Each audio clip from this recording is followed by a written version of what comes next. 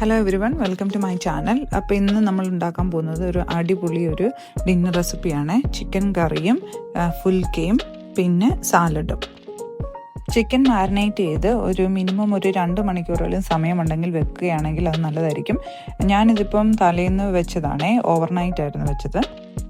ഞാനിത് മാരിനേറ്റ് ചെയ്തിട്ട് ഒരു ക്ലീൻ ഫിലിം വെച്ച് കവർ ചെയ്ത് ഫ്രിഡ്ജിൽ വെച്ചേക്കുമായിരുന്നു. അപ്പം കുക്ക് ചെയ്യുന്നതിന് കുറച്ച് മുമ്പ് 1 അവർ അല്ലെങ്കിൽ 2 അവർ എടുത്ത് പുറത്ത് വെച്ചാൽ മതി. അപ്പോഴത്തേക്ക് അത് നമ്മുടെ റൂം ടെമ്പറേച്ചറിലായി കിട്ടും. കുറച്ച് ചിക്കൻ ഞാൻ എയർ ഫ്രൈയിൽ ചെയ്തെടുക്കുകയാണ്. ബാക്കിയുള്ള ചിക്കൻ മാത്രമേ ഞാൻ കറിയായിട്ട് എടുക്കുന്നുള്ളൂ. അതേപോലെ തന്നെ ചപ്പാത്തിക്കുള്ള മാവ് ഞാനിവിടെ കുഴച്ച് വെച്ചിട്ടുണ്ട്. അപ്പം ഞാനൊരു സൈഡിൽ നിന്ന് ചപ്പാത്തി പരത്താനുള്ളതും തുടങ്ങി. അതേപോലെ ഒരു പാനിൽ കുറച്ച് ഗീ, കുറച്ചേ ഉള്ളൂ, വളരെ കുറച്ച്, അത് ജസ്റ്റ് ഒന്ന് ചിക്കൻ ഒന്ന് ഫ്രൈ ചെയ്തെടുക്കാൻ വേണ്ടിയാണ്. ആക്ച്വലി ചപ്പാത്തിയല്ല, ഫുൽക്കയാണ് ഞാൻ ഉണ്ടാക്കുന്നത്. അത് നമുക്ക് ഭയങ്കരമായിട്ട് ടൈം സേവ് ചെയ്യാൻ പറ്റും.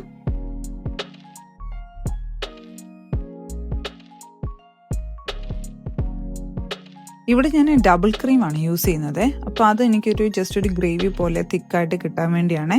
അപ്പോൾ ഈ ചപ്പാത്തിയുടെ കൂടെ ഒക്കെ കഴിക്കുമ്പോഴത്തേക്കും ഒരുപാട് ഡ്രൈ ആകുന്നതിൽ നല്ലതല്ലേ കുറച്ച് ഗ്രേവി, അതുകൊണ്ടാണ് ഞാൻ ഈ ക്രീം ചേർക്കുന്നത്. ക്രീം ചേർത്തതിന് ശേഷം ഞാൻ എക്സ്ട്രാ മസാലയൊന്നും ചേർക്കുന്നില്ല. ഈ ചിക്കനിലുള്ള അത്യാവശ്യം മസാല അതിൻ്റെ ആ ഗ്രേവിയിലോട്ട് ഇറങ്ങിക്കോളും. എന്നിട്ട് ഞാൻ ജസ്റ്റ് ഒന്ന് സോൾട്ട് മാത്രമേ ചെക്ക് ചെയ്തുള്ളൂ. പക്ഷെ എനിക്ക് ആവശ്യത്തിനുള്ള മസാല ഞാൻ ഒരുപാട് യൂസ് ചെയ്തില്ല, അത് മതിയെന്നത് എനിക്ക് തോന്നിയായിരുന്നു. നന്നായിട്ട് സ്റ്റെയർ ചെയ്തതിന് ശേഷം ജസ്റ്റ് കുറച്ച് ബബിൾ വരുമ്പോഴത്തേക്കും നമുക്ക് ഓഫ് ചെയ്യാം. പ്രത്യേകിച്ച് ഒരു കാര്യം ശ്രദ്ധിക്കാനുള്ളത് എന്നാന്ന് വെച്ചാൽ നമ്മളത് ഗ്യാസിൽ നിന്ന് അത് മാറ്റി വെക്കണം പാന്, അല്ലെങ്കിൽ അത് ഒന്നും കൂടെ ഡ്രൈ ആയിട്ട് പോവും, പിന്നെ നമുക്ക് ഒട്ടും കിട്ടത്തില്ല. അപ്പം അവനവൻ്റെ ആവശ്യത്തിനനുസരിച്ചുള്ള ഗ്രേവി എന്തോരം വേണമെന്ന് വെച്ചിട്ട് അതിനനുസരിച്ച് നമുക്ക് ഓഫ് ചെയ്യാവുന്നതാണ്.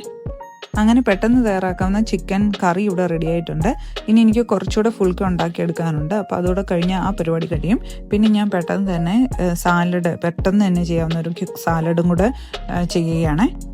ഇതിലേക്ക് ഞാൻ carrot, cucumber, avocado, plum tomato അത്രയാണ് എടുത്തിരിക്കുന്നത്. ചില സമയത്ത് അവോക്കാഡോ കട്ട് ചെയ്ത് നോക്കിയാൽ മാത്രമേ അറിയത്തുള്ളൂ നല്ലതാണ് ചീത്തയാണെന്ന്. ഭാഗ്യത്തിന് ഇത് എന്തായാലും നല്ലതായിരുന്നു. അങ്ങനെ സാലഡിനുള്ള കട്ടിങ്സ് എല്ലാം കഴിഞ്ഞു. ഇനി ഞാൻ അതിലേക്കുള്ള സാലഡ് ക്രീമാണ് ചേർക്കുന്നത്. അപ്പോൾ ഞാനിവിടെ ഇതിൻ്റെ അത് യൂസ് ചെയ്യുന്നത് നമ്മുടെ 1.5 ടീസ്പൂൺ ഒലിവ് ഓയിലും, സാലഡ് ഡ്രസ്സിങ്ങിനുള്ള ഒലിവ് ഓയിൽ, പിന്നെ ഒരു 1/2 ടീസ്പൂൺ നമ്മുടെ വിനെഗർ, ആപ്പിൾ സൈഡഡ് വിനെഗർ, പിന്നെ ഉപ്പും കൂടെ നന്നായിട്ട് മിക്സ് ചെയ്യുക. പിന്നെ കുറച്ച് പെപ്പർ പൊടിയും കൂടെ ഞാൻ ആഡ് ചെയ്യുന്നുണ്ട്, ഫ്രഷായിട്ട് ക്രഷ് ചെയ്ത പെപ്പർ പൊടി. പിന്നെ ഞാനിവിടെ ആഡ് ചെയ്യുന്നത് നമ്മുടെ സാലഡ് ടോപ്പറിൻ്റെ സൂപ്പർ സീഡ്സ് എന്ന് പറഞ്ഞിട്ട് അത് കുറച്ച് ക്രഞ്ചി ആയിട്ട് കഴിക്കാൻ വേണ്ടിയാണ്. അപ്പോൾ അത് നല്ലൊരു രസമായിരിക്കും സാലഡ് കഴിക്കുമ്പോൾ. പിന്നെ ഞാനിവിടെ ക്രിസ്പ് ആൻഡ് ക്രഞ്ചി ബ്ലാക്ക് പെപ്പറിൻ്റെ ഈ ക്രൗട്ടൺസും കൂടെ ആഡ് ചെയ്യുന്നുണ്ട്. ഞാൻ സാധാരണ കുറച്ച് ഫ്രൂട്ട്സ് വേറെ എന്തെങ്കിലും ആപ്പിൾ അല്ലെങ്കിൽ ബ്ലൂബെറീസ് കൂടെ ആഡ് ചെയ്യാറുണ്ട്. പക്ഷേ ഇന്നിപ്പം ഞാൻ ക്യാരറ്റ് ചേർക്കുന്നത് കൊണ്ട് വേറെ ഫ്രൂട്ട്സൊന്നും ഞാൻ ആഡ് ചെയ്യുന്നില്ല. ഇനി എല്ലാം കൂടെ നന്നായിട്ട് മിക്സ് ചെയ്യുക. അങ്ങനെ ഈസി പീസ് സാലഡ് ഇവിടെ റെഡി ആയിട്ടുണ്ട്. എൻ്റെ എയർ ഫ്രയറിലെ ചിക്കനും റെഡിയായി. ഇതെല്ലാം കൂടി 1 അവറിനുള്ളിൽ കേട്ടോ, പെട്ടെന്ന് ലെസ് ദാൻ 1 അവർ പോലും എടുക്കില്ല, അത്രയും പെട്ടെന്ന് തന്നെ നമുക്ക് ചെയ്യാവുന്നതാണ്. ഞാനൊരു പ്ലേറ്റിലേക്ക് സാലഡ് എടുത്തു.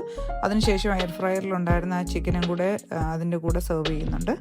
ഞാൻ റൈസ് കുറച്ച് കുറയ്ക്കുന്നുണ്ട്, അതുകൊണ്ടാണ് ഇങ്ങനെയുള്ള ഡയറ്റൊക്കെ കഴിക്കുന്നത്.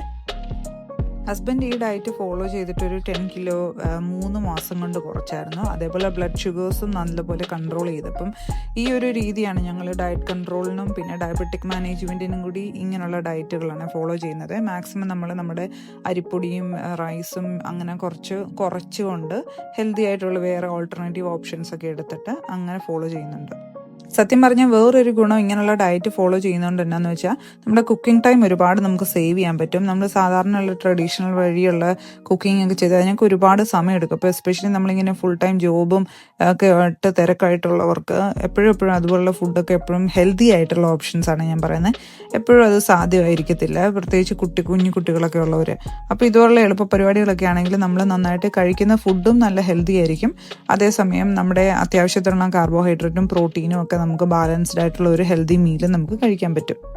അപ്പോൾ വീഡിയോ മുഴുവനായിട്ടിരുന്ന് കണ്ടതിന് ഒരുപാട് താങ്ക് യു. പിന്നെ ഇത് ഇഷ്ടപ്പെട്ടെങ്കിൽ ട്രൈ ചെയ്ത് നോക്കണം, എന്നിട്ട് അഭിപ്രായം പറയണം.